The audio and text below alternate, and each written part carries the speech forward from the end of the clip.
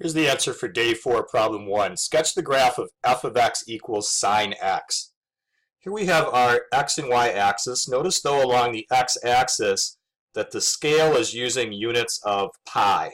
So here's pi, here's 2 pi. Going to the left we have negative pi and negative 2 pi. And this is measured in radians. I'm going to mark the spot right here between 0 and pi and label that as pi divided by 2. And similarly mark this spot here in between pi and 2 pi and label that as 3 pi over 2. The spot right here would be pi over 4, and so on. We could label more marks if we wanted to. Going to the left, I'm also going to find the spot halfway between 0 and negative pi. That's negative pi over 2. And I'm going to mark this spot. This is negative 3 pi over 2. The y-axis is going up to a maximum of 1 and a minimum of negative 1, because the range of the sine function goes from negative 1 up to positive 1. Now to graph this by hand, we're going to find some dots. We can find those dots by finding sine values for different numbers that we input for x. We can get those sine values using a calculator, or better, using our unit circle picture. Let's first put in sine of 0 and use our unit circle picture to find this. So here is 0. The sine value is the y-coordinate of this dot, which is 0. So when x is 0, the sine of 0 is 0. 0, comma 0 is a dot on the graph. Now let's look up the sine value of pi over 2 on our unit circle picture. Here's pi over 2. The sine value is the y-coordinate of that dot, which is 1.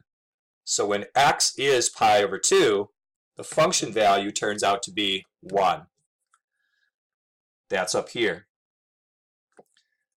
Now let's look up pi on the unit circle. Here's pi radians. The y-coordinate of that dot is 0.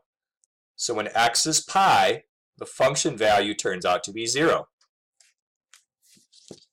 That's right here. Now we can continue looking up values on the unit circle. What's going to happen is we're going to get a dot here and then a dot here. We can connect these together with smooth humps. This is actually going to keep going, so I'm going to put an arrowhead on it. Now remember that the unit circle also includes negative radian angle measures if you go around the circle in a clockwise direction.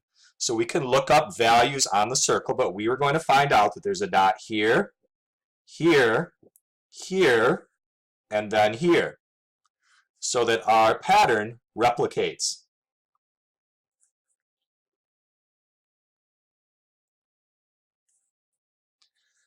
Just this section of our graph, going from here to here, is called one period. So one period of the sine function goes from x is 0 to x is 2 pi. We've actually shown 2 periods of the sine function on our grid. Now day 4, problem 2. Find the sum of the first 150 terms of this sequence. Here we have a sequence of numbers that it looks like the pattern is to add 11 every time. So let's use a formula to find this.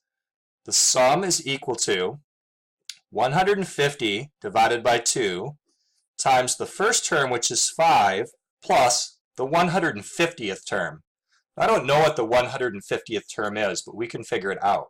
Any term in the sequence we could call a sub n, where we're letting n be the number of the term.